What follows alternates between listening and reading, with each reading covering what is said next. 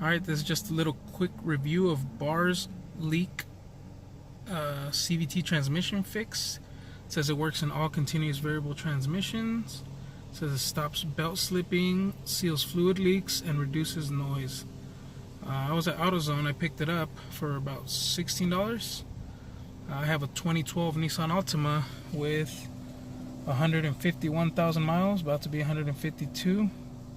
I did one transmission flush at about 80,000 miles.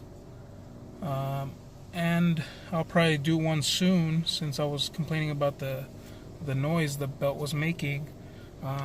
But just a quick review on this. It actually works.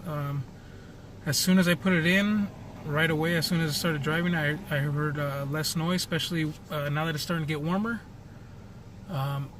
Definitely the noise went almost to nothing, so it works pretty good. So if anybody's on a budget, I'm trying to have a little temporary fix, but I do recommend you flush it if you are complaining about the noise, the whining noise. If it's anything else, might need transmission work, but mine's all original on about to be 152,000 miles.